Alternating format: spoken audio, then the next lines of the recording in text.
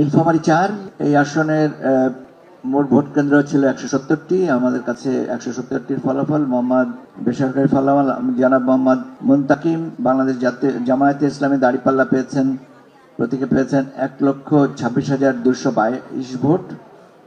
জনাব S M Mamunur Rashid স্বতন্ত্র প্রার্থী মোটরসাইকেল প্রতীক নিয়ে পেয়েছেন 436 ভোট।